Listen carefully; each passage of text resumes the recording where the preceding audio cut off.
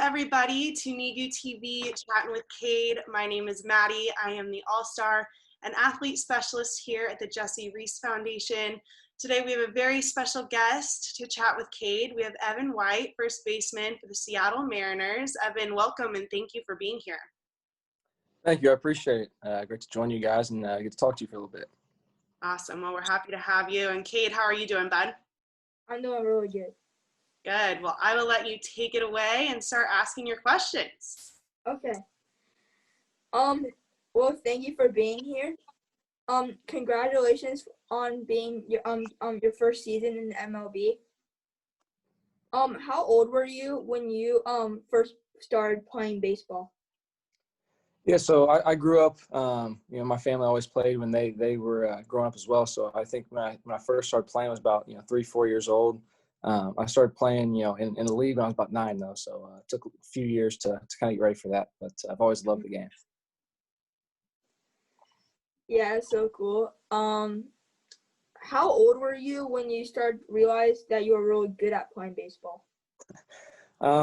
Probably, once I got to high school, I was able to make the varsity team as a freshman. That kind of gave me an idea that I had a chance to, do something with the game. And like I said, I always enjoyed it. Always enjoyed putting the work in it, and very fortunate to be in the position I'm in now. So that's really cool. What was it like playing in your first MLB game? It was nerve-wracking. It was weird because no fans were there. Unfortunately, my family wasn't able to be there with everything going on. But it was definitely nerve-wracking, and growing up and watching Justin Verlander and getting to face him and my first at bat was really cool. Unfortunately, wasn't able to get a hit off of him, but it was just a really cool experience, and kind of be able to see the dream come true was special. So yeah, what like did you take a look around, like realize like where you were before for sure? Yeah. Definitely. When the national anthem was playing, once it was over, it's like it's go time. It was cool to kind of look around and see guys. Obviously they won the World Series, a couple years ago, and looking over and seeing those guys you're watching on TV, be able to play against them was a really cool moment, and just try to take it all in. And I wasn't too nervous until I first stepped in the box and walking up to the plate for the first time. My knees were a little weak, but it was a really cool experience, and never forget that.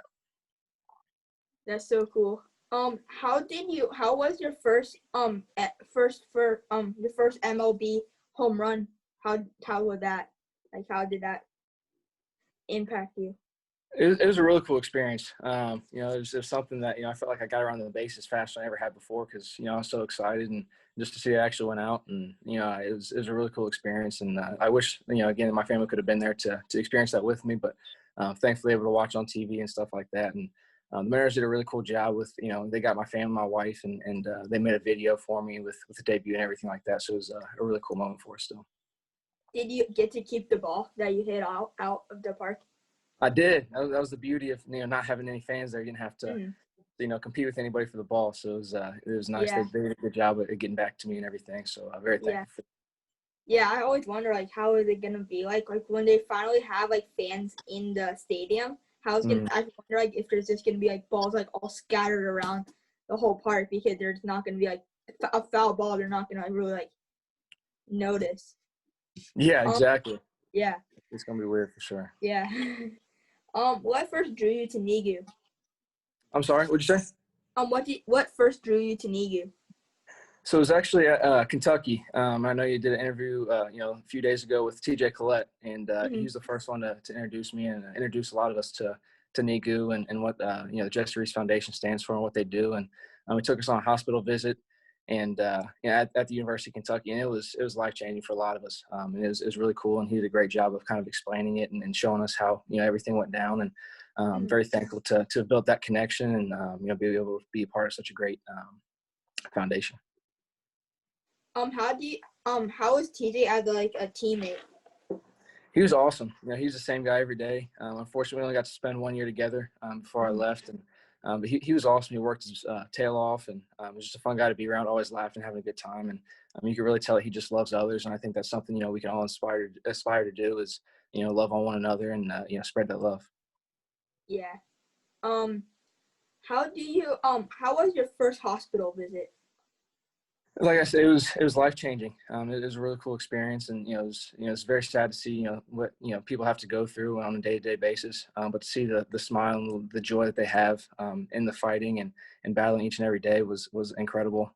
It's definitely inspiration and something that a lot of us got to take away and still take away to this day is how incredible you guys are and be able to fight each and every day. And like I said, just an incredible inspiration. What do you like? What do you love about going to the hospitals to encourage kids? Yeah, definitely just encouraging kids to never ever give up, and just telling the story of Jessie and how she was so selfless and loving when she was going through difficult times herself, and be able to put others ahead of herself was incredible. And again, it's just something that's so inspiring. It's tough to really put into words how much it means to me and a lot of other people out there. Thank you for always wearing NEGU wristbands in your games.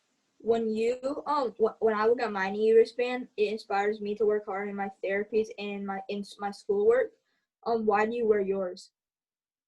I think the same thing, to never ever give up. It's really, just that, and it's embracing that, and knowing people are going through difficult times, and remembering other people that are going through those battles and the fight that you have to go through on a day-to-day basis, and it motivates me, and motivates a lot of us, and continues to push going forward. And if you're having a tough day, whether it's working out or even in a baseball game, and you have a tough day, you look down, you see that, and it's like, okay, like keep going, keep pushing, and it's an awesome reminder. Yeah, that's so cool. What everyone goes through hard times. What's the hardest thing that you had to overcome in sports? That's a really good question. There's a couple things that come to mind when you first say that. This year my wife and I moved out to Arizona in the off season, so I was trying to get ready for the season and found out my mom was battling cancer. So to not really be able to be in the same area as her and still trying to work and focus on that was definitely a challenge. And this year as well, just the start of the year, being in the big leagues for the first time, I started off absolutely horribly. I was not playing. I wasn't hitting well at all.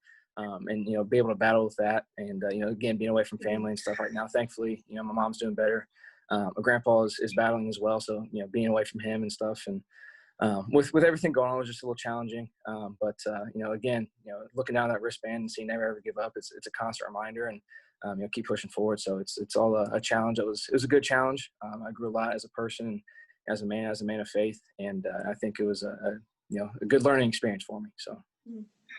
Yeah, I always wear a lot of times I wear 2 NEGU wristbands because I always have one for me and then always one to give to another person just in case that they want one, just to remind them to never ever give up. That's a great idea. I might have to steal that from you. That's a really good idea, Cade. What's your greatest accomplishment in sports? Wow. Greatest accomplishment in sports. It might honestly have to go back to a team thing in college. Being a part of that team that went to a super regional for the first time in school history was a big thing for us. From an individual side, making it to the big leagues, it's definitely something I dreamt about since I was a little kid. So to be able to do that was incredible, and kind of in the playoff hunt still right now. So if we were able to do that, I think that might take over from the college ranks. But I think those two are the ones that stick out so far.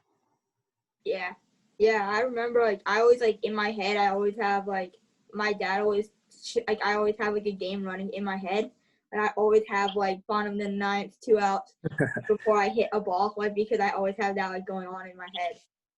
That's awesome. That's a good way of going about it, for sure. Yeah.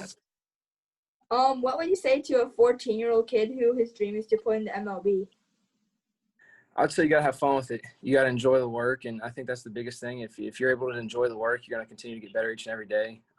In baseball, there's so many ups and downs, and you're not always going to be performing to your best ability. That's kind of the beauty of the game. But if you can enjoy yourself, and those bad times are going to be a lot less than if you're having a crappy time. So enjoy it, have fun, work hard, and really, I think that one of the biggest things, it might sound a little cheesy, but is be a good teammate. Because when you're focused on others, that it really allows you to kind of just be yourself, and again going back to having fun and just playing the game the right way, and it's really all I can say, because I think that's the best way of going about it, and I think that's the way I was able to go about Yes, so cool. Like that's yeah, like, always be like being a good teammate. Like that's like I feel like that's like the first thing you have to like realize. Like it's like baseball is a team sport. It's not like just like my friend he plays fencing like but that's like in my sister like she plays swimming like that's like those are like individual sports though. Like so like it's only you like you're the team. But like baseball you can't be your own team. Like you have to be together. So like for you to like you always have to have like really good teammates. So you have to be one to the other one to all your other teammates. 100%. Yeah. Absolutely. Because, I mean, even if you're having a bad day at the plate, let's say, where it's more individual, then you can go out and play defense and, save a run where you end up might winning the game because, the guy behind you hits a home run that ends up winning it. So encouraging others and, like you said, just being a good teammate's huge. Now I have some fun questions. Oh, boy. What time do you set your alarm? It depends. If it's a night game, typically 9:12. I have no idea how I got 9:12 on my phone, but that's where it's at, and I just click on that about every day. So earlier games, if we have a day game, I have to get up, about 8 o'clock. And off season, I'll get up about 8 o'clock. Just like to get ahead of the day. So. Yeah, like I always during quarantine, I've done this like these Zooms with like there's it from Skip Schumacher. Mm-hmm. He like and he brought in like all these all MLB players, and they were like there's this one guy that said I think they were like what time do you go to bed if you have like a really because like some MLB games they go like some like before the extra inning rule this season like with the extra runners on second like before that rule it was like 21 innings. Yeah. So they were like they went really late sometimes. So like one guy asked how do you stay awake during those games? And he said he says he usually like takes a nap. He goes to sleep like at nighttime. He wakes up. He has then he like does his day. Then he like goes back to bed for like a nap, and then he gets up. Then he starts his day. Like it's crazy how much sleep sometimes you guys some people can have. For sure. I might have to steal that routine myself. Might have to mix that in there. What is your walk-up song? My walk-up song is Only King Forever by Elevation Worship. It's a Christian song, and it's just something for me. I think it allows me to have a good perspective going into the game and into the box and knowing, really where my identity lies and stuff like that. And I think it's a good opportunity to really show, fans, obviously they're not there, this year, but to show fans, who I am. And I think that's just a kind of good opportunity for that. So. That's really cool. Thank you. Now the most important question. What's your favorite glove company? Rawlings. I've used Rawlings since my freshman year of high school. Growing up, I'm not sure why. I think my grandpa had a Rawlings, and I always wanted them, and that's all I've used, pretty much ever since. So absolutely love it. I don't think I'll go away anytime soon. How long do you think a glove should last? So the glove I use, it'll last a season. The gamer. I have a backup one that I'll use for practice and stuff, so I don't put too much wear and tear on the gamer. But since I've gotten into pro ball, each of them lasts a year. So towards the end, they get a little floppy on me, but we're able to make it work. So. Yeah, like I always like they're like great like MLB players.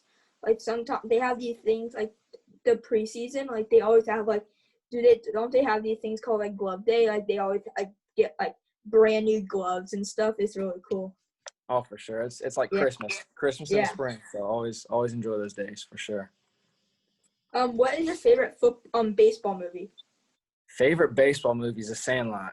It's been my favorite baseball movie for as long as I can remember. Just being a kid and having fun with the game, and kind of going back to what we were talking about earlier, and just enjoying the game and being a good teammate and all that. So I think that's been my favorite movie for favorite movie period. For a long time. I don't see that changing anytime soon.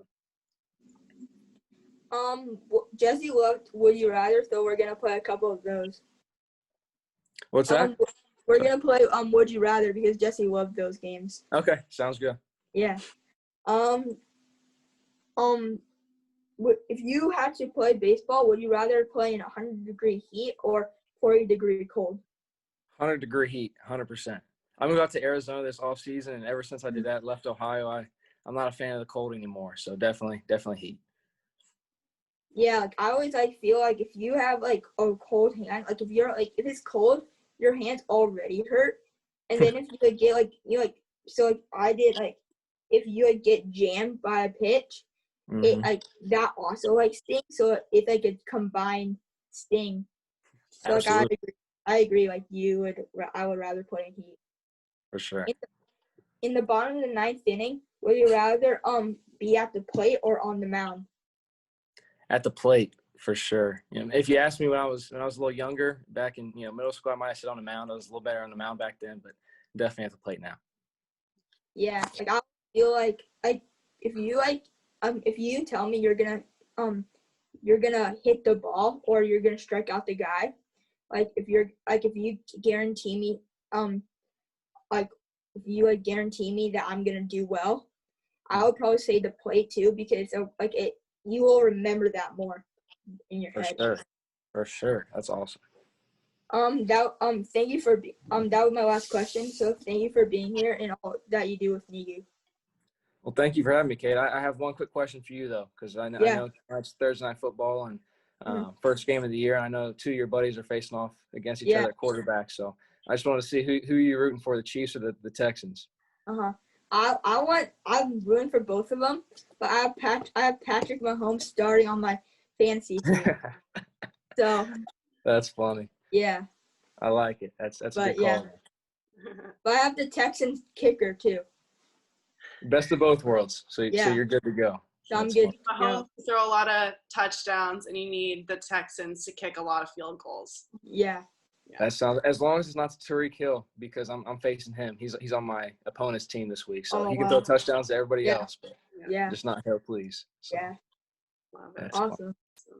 Awesome. Well, thank you, Evan. On behalf of the Jessie Reese Foundation, we are so grateful for you and all that you do for kids fighting cancer. It's really an honor to have you on our team and you showing Kids Fighting Cancer that you're on their team. So thank you. We are sending our thoughts and prayers to you and your family with all that you guys are going through and just playing through this global pandemic and everything. So thank you so much. Hopefully we can get you back in the hospital delivering joy jars once hospitals open up to visitors. And we're just so grateful for you and your amazing heart. Absolutely. I can't wait to get back in the hospitals. And thank you guys for having me. I really appreciate it. Yeah. Okay. Bye, guys. Bye.